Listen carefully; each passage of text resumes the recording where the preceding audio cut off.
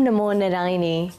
It is quoted in Hindu scriptures that divinity manifests from age to age to re-establish dharma or righteousness. In the south of India, near Vellore, in the little village town of Tirumalai, devotees believe that Goddess Narayani herself, the universal mother, has incarnated as Sri Shakti Amma. At the age of 16 in 1992, Amma established the Sri Narayani Peedam, an organization dedicated to re-establishing balance, peace and joy in society. The organization has also initiated numerous large-scale social service projects to uplift the impoverished and destitute. In an effort to protect the sanctity of its holy grounds, media teams are normally not allowed to film at the Sri Narayani Peedam. Today, in an exclusive Sadhana documentary, we explore the vast temple complex of the Sri Narayani Peedam, which also houses Sripuram, a temple made of pure gold in dedication to Goddess Narayani.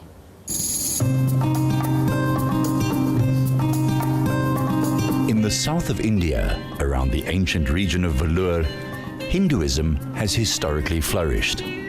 Almost equidistant between the famous Tirupati and Tiruvannamalai temples, Vellore is known as the fort city of Tamil Nadu, home to its imposing 15th century fort. Through the turn of dynasties like the Palvas, the Cholas, the Nawabs and the British, Vellore's history was set for a dramatic change. What makes this change more remarkable is that the change away from the might of the military to the might of mother is currently unfolding right now. Drawing skeptics and believers alike, the movement of the mother is changing the landscape from a drab military grey past into an era of hope and compassion, of prayer, prosperity and gold.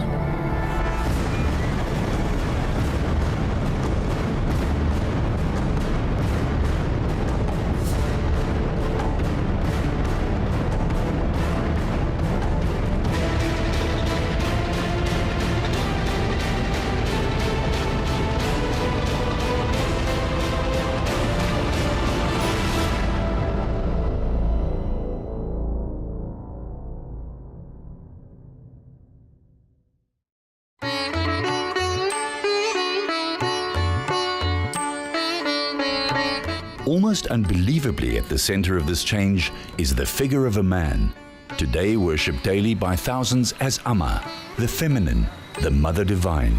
Shakti Amma was born on January the 3rd, 1976, with divine signs adorning his body. A tilak on the forehead, along with the chakra and a conch on either sides of his chest, are said to have heralded his divinity.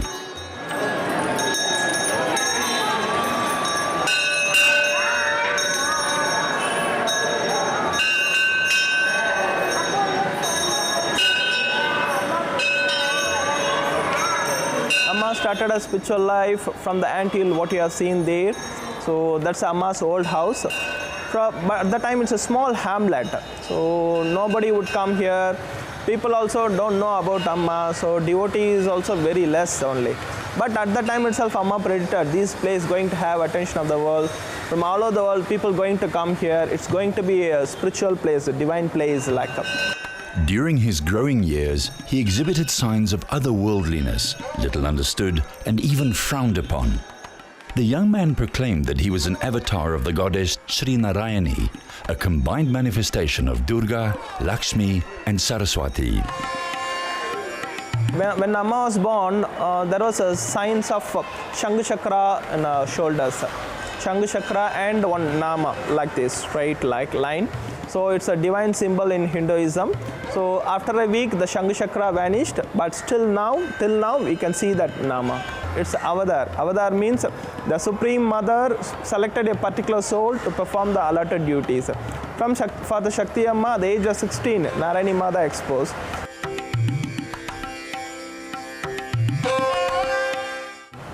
Actually, Amma said that 2000 years before, this place was known as Shaktipuram.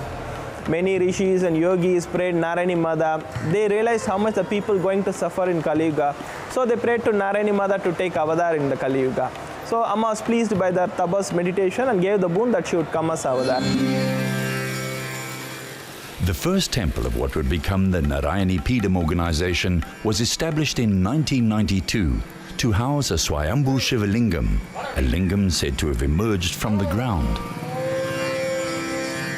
In the early days, this was Amma's bedroom, and all of the meetings about the Sri Puram Golden Temple were all done in here. Any projects that began were all done in here. So it shows you the level of where the humble background and the simplicity that Amma came from, and Amma still maintains that simplicity.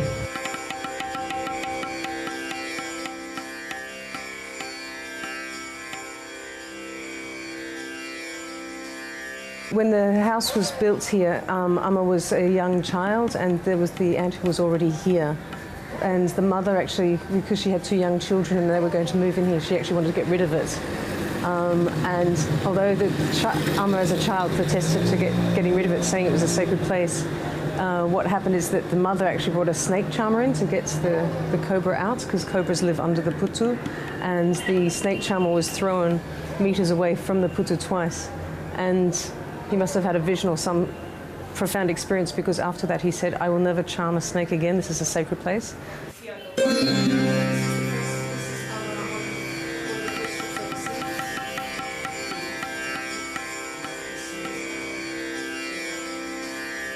So 5 pujas are done. 5 pujas are rituals using the medium of fire, and when there's chants made, the actual fire comes in forms of the particular chant. So this is you can see cobras in the actual images here. From the young age onwards, he had more spiritual orientation. He used to attend that spiritual functions, festivals, go to the temple, do puja on our own in a home. So like that he started. So while after finishing school studies, he was traveling the bus, sitting at the door side and seeing the sky. A beam of rays raised from Amma's body shows a Narayani form in the sky and mingled her body. That is the first incident Amma came to know that she was Avatar of Narayani.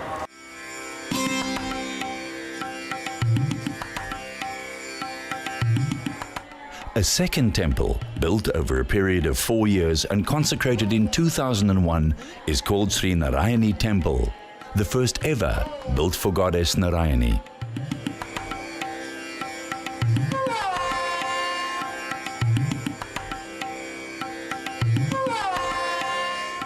Later, to accommodate the huge crowds, Amma built the Shanti Mandapam, the Hall of Peace. So this is Shanti Mandapam. Shanti means peace, and Mandapam is hall. So this is the Hall of Peace. But this is where pujas are done every day. So Sri Shakti Amma does puja Abhishekam up here. And this is full of lots and lots of people. Then at the end of the puja, there's the goddess is then dressed, and then there's lamps which are offered. So lamps are the symbol of wisdom and bringing light to darkness.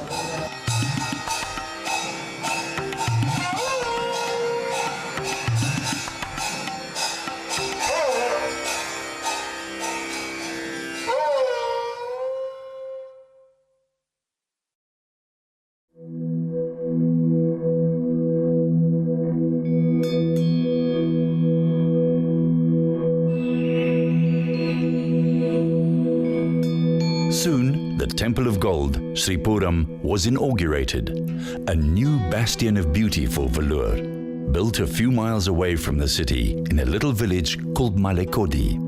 No machines were used for this adornment. It was the hard work and devotion of man in dedication to a goddess. Everything done in gold plating or metalwork was hand-laid. 800-gauge copper sheets were partially sculpted and molded to the concrete. Then, 9 to 15 layers of gold foil, made locally from bullion bars, were painstakingly pasted over the copper in a technique traditionally used in ancient temples. Every single detail was done manually, including converting the gold chunks into gold foils and then mounting the foils on copper. Every single detail has significance from the Vedas. Amma predicted that there would be one very magnificent temple going to come here. So it would attract the people from all over the world, and it would give wisdom to all the people.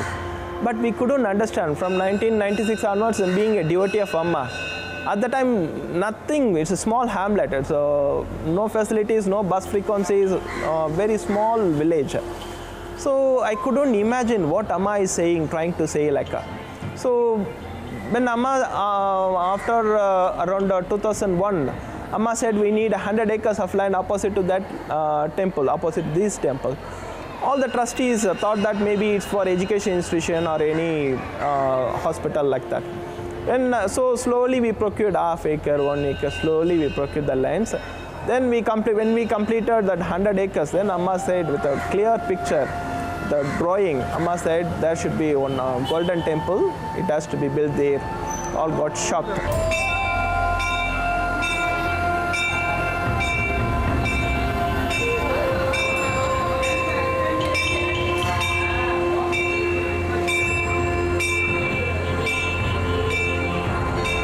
So Amma is saying that nowadays people are all moving towards the materialistic things only. They don't want to realize who they are, what's the aim of their life, nothing. So they don't want to even try for it. So to make them to realize wisdom is necessary. For that, if you just build a temple and ask the people to come and get wisdom, means nobody would come there. So there needs a strong attraction. For example, Amma used to say one example, if child needs medicine, if it is directly given, it won't accept. If it is sugar cottaments, it will easily accept. Then the child's disease also will get cured. The mother also feel happy. The same way, they need a strong attraction. For the sake, it's like gold is like a sugar, like attracting the people to come over there. So with the attraction, making the people to come over, then with the influence of the mantra, we are sowing the seeds of the wisdom. In his or her own words, when you are in touch with the divine in you, you need not think, create, or plan. The divine thought will just happen. That is how Sri Peedam happened, how everything happens. It does not come from the money. It is all with the sankalpa, the divine intention. If you see that aerial view of the Sri Peedam, it would be in the shape of Sri Chakra Yantra. It's an energy plate like. Certain shapes has the capacity of absorbing and attracting the energy. So the total landscape is made in the shape of the Sri Chakra Yantra. That's why it's creating more energy, positive energy. So people are allowed to move that Yantra line within that positive energy. And either side of that, there will be message boards in 5 languages. Secrets of the Vedas, life, what is Dharma, what is Hinduism, what is God. So reading that and greenery surrounding we have maintained, around 50,000 trees we have planted surrounding that. And bhajans or mantras or chanting like that we used to telecast when they are traveling through the star path. So hearing that mantra, seeing that greenery surrounding different gods and goddesses statues and different message boards, everything to make them to divert towards a God. One has to walk along the star path to reach the temple in the middle, a pilgrimage on its own to the sanctum of the goddess.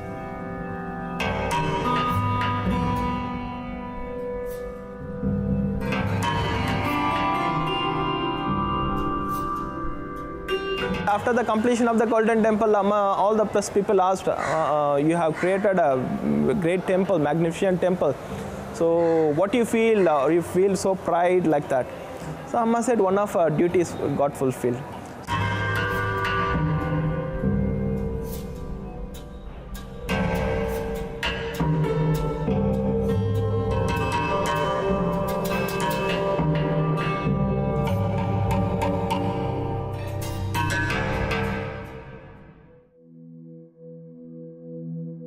The allure of gold, its marvelous majesty and magnificence now merged with the divine. Yet, at the Sri Mahalakshmi Narayani temple, Vellore, the goddess of prosperity and abundance, is worshipped not only with passion and piety, but with service too. Under the direct guidance of Sri Shakti Amma himself, the organization is constantly healing, protecting, and nurturing.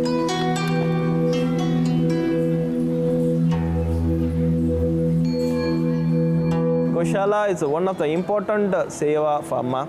So Amma is insisting the 3 things, Bhakti Yoga, Karma Yoga and the Go Seva. So Bhakti Yoga is a fundamental thing for all the people to mingle with that. So it's the first step of spiritual path. So second one is a karma yoga. So nowadays very hard to do for the people to sit for just 1 time of 1 minute for puja or meditation like that. So all are committed. So simple and strongest way to get rid of their karmas is karma yoga. That is service to the humanity, service to the God. Amma used to say that. So do service, do seva. Whatever you can, whatever is possible for you, you can do. So karma yoga is the second one. Third one is a go seva. So Amma is saying that the Gomata, all the cows are called Gomata, Kamadhenu. If you are doing puja for a cow, it's equal to doing puja for all the gods, goddesses, everybody, even the angels, rishis, yogis, everybody. So feeding the cow, protecting the cow, donating the cow to some poor people, this is called Go Samrakshana. From the starting day onwards, Amma started that Go Samrakshana. In rural India, a cow is very important because in terms of the staple living for a family, it's very important to have milk, and from a cow out of the milk you can make ghee and yogurt and many items to feed a family. And then also with the cow dung and cow urine, you can use make natural pesticide or things that work as an antiseptic, which is spread around the house to protect the house. And spiritually, for a temple, it's believed that every god and goddess lives within the cow. So it's when you do a ritual on a cow, it's like doing a ritual for the whole universe. Amma's holistic vision was designed to benefit every aspect of the lives of the people in the village, and soon many service projects took root as part of the daily function of the temple. This department is actually a women welfare department. Amma wanted to, there are many women here in the rural area. These women are supposed to be the breadwinners of their family, and since they were all into farming and lack of water and other things and lack of money, they were not able to, sustain very much in farming, and they were all suffering a lot, not giving enough education for their children, and almost in the base level, they were not able to grow. Once when Amma came out with this golden temple, the population all around the world, they started to pour in to this area. So which, many of the people here from the rural area got the job, and they were able to serve here for the temple, and they were able to earn their living also.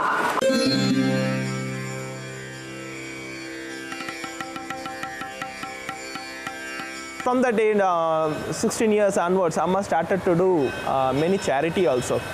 One old lady from the nearby village, she used to give food for Amma. And any devotee used to come and meet Amma, she used to share the food to her along with the devotees. So from that age onwards, Amma started the Annadan, that is free food distribution.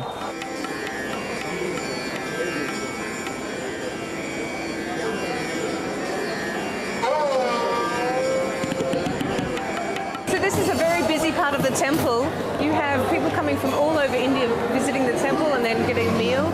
People come from the very, very poorest part of society to the richest. They're all sitting together eating, and for those who are very poor, it's one of their first experiences of actually having a meal and being served. Through the kind donations of its devotees and well-wishers, the Annadanam Food Seva not only provides a fresh and wholesome meal to the 5,000 devotees that stream into the temple every day, but also creates employment for the villagers who cook and serve the meals. This noble initiative gives substance to the individual and society alike.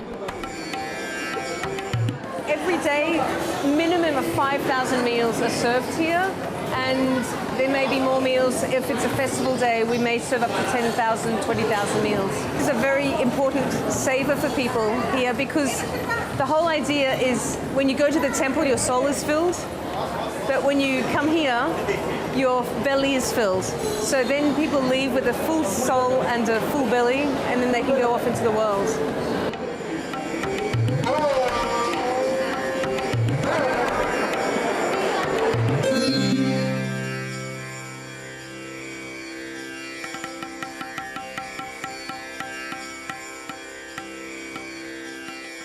Prakriti, or nature, is considered as sacred in Hinduism, and Amma has established the Green Shakti environmental care program to counteract the disastrous impact of global warming.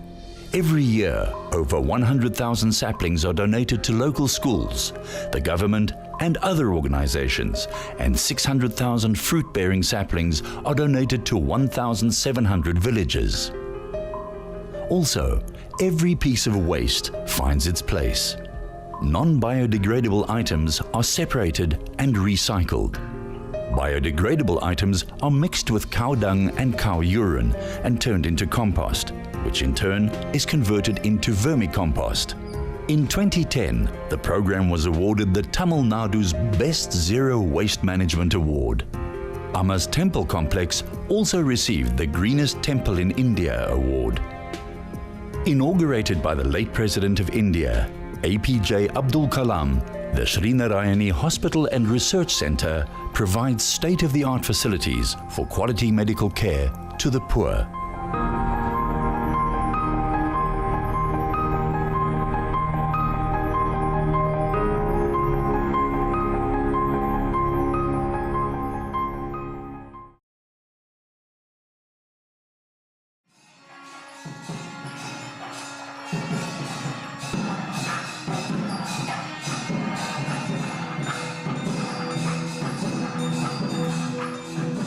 Devotion and surrender are the core of Amma's teachings.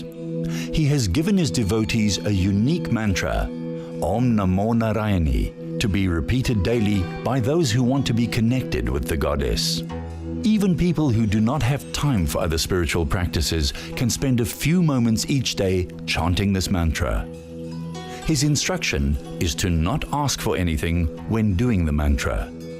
Just surrender to Narayani's wisdom. She knows what you need, he assures. First thing is, Amma is used to do puja every day, 3 hours puja in front of the people. Amma used to do Abhishek for the Mangal Narayani idol. So after that decoration and then Harati. Amma is showing the people, teaching the people how to show love to the divinity.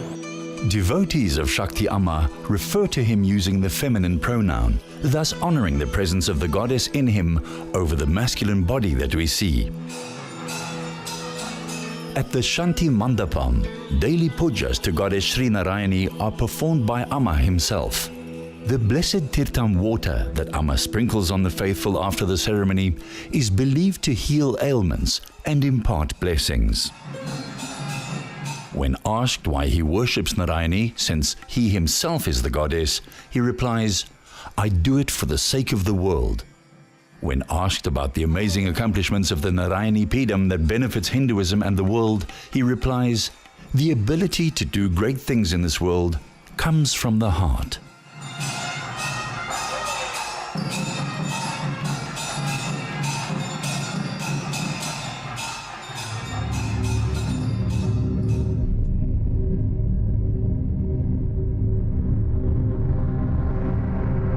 In a short space of time, Sri Shakti Amma created a spiritual oasis in the heart of the once military Vellore.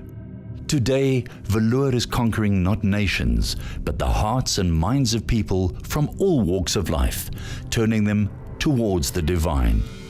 As its beautiful golden temple lights up the darkness of the night, its divine radiance spreads far and wide, offering a glow of hope and the warmth of compassion, sowing the seeds of healing and change.